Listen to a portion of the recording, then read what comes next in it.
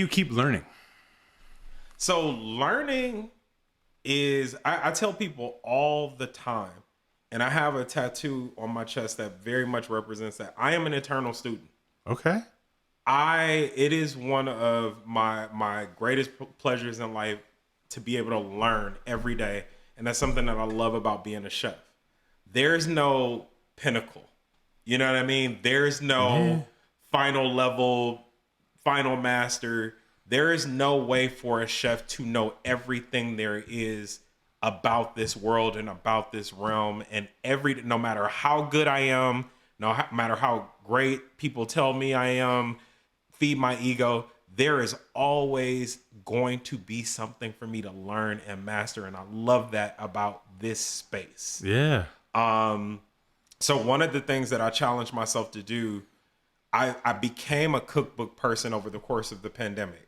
What do you mean? I was previously like a referencer.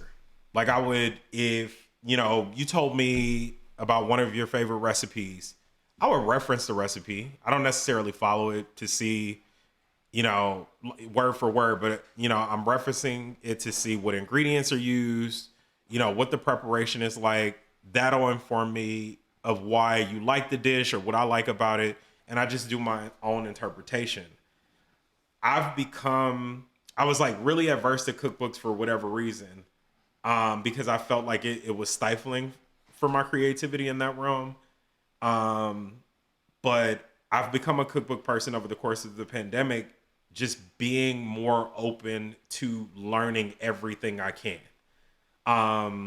I decided I wanted to go to culinary school during the pandemic. I decided I wanted to work in restaurants. Like I said, Yeah. my career in this space has been the polar opposite of, the course that most chefs, that end up on TV usually take.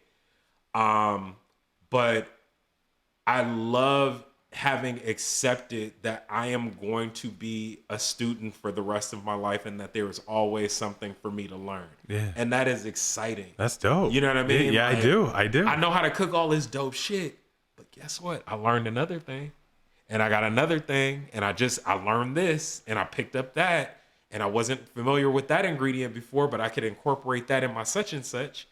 Oh, and that herb or that garnish would look so fucking good on this recipe that I have. Or it's just, I love it, man. Well, even so, aside from just cooking, you're learning more about branding, marketing, about fashion, Yeah.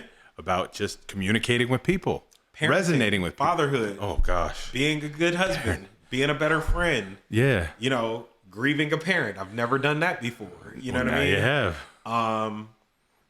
We're always learning. And I am someone who is absolutely open to and excited about that. And that's like one of the biggest things, is just being open Yeah. to the notion that, hey, you don't know it all. Yeah. Yeah. And even if you did know enough of it then, it'll change tomorrow. Yeah. No, I love that. That's awesome, man. Yeah. How is the grieving going? Is it still with you?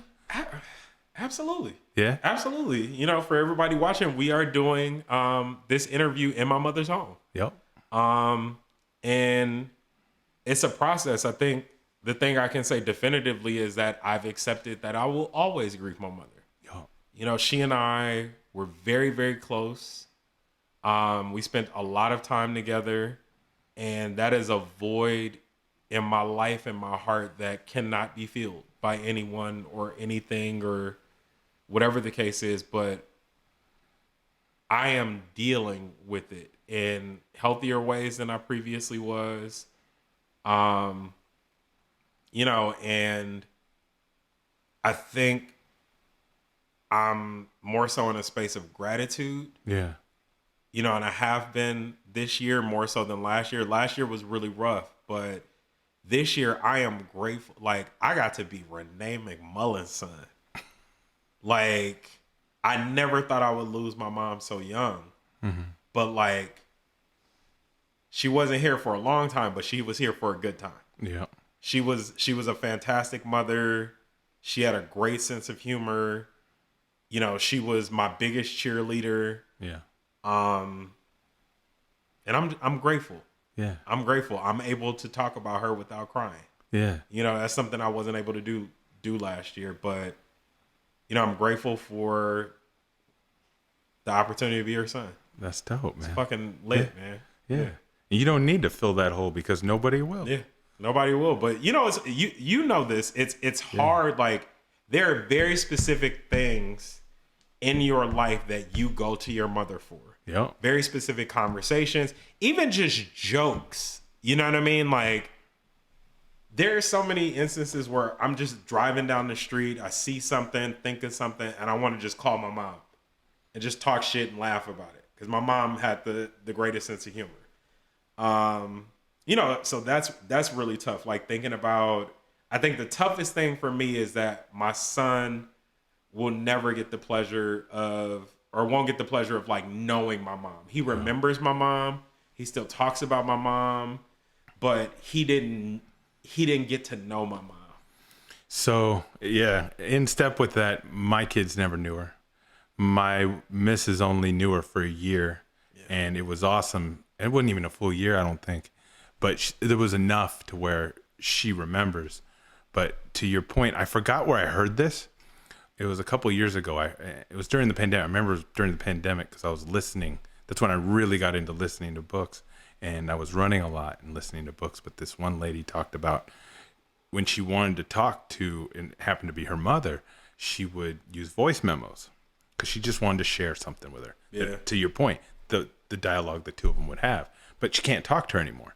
So she would create these voice memos. And so I find myself doing that from time to time. If I want to talk to her, I just do, on an iPhone, you do a voice memo. And when you say, the kids will never know her. So I have this game with my kids. They go, you call it what you want, parents, judge me all you like. The challenge is, were you drunk or young? And so I'll tell them a story and they have to guess. Was I drunk or was I young? And more often than not, my mom is involved in all these just because she had to deal with my shit, right?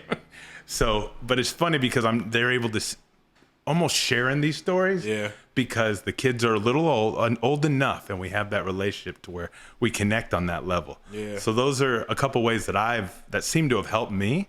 And mind you, it was, what was it? 1999. So it's been a while, but it never leaves you because of the connection. Yeah. So there you go. Yeah, man. Yeah, it's rough. Well, I mean, there's a few other questions I have. I mean, that's a great way to kind of end on.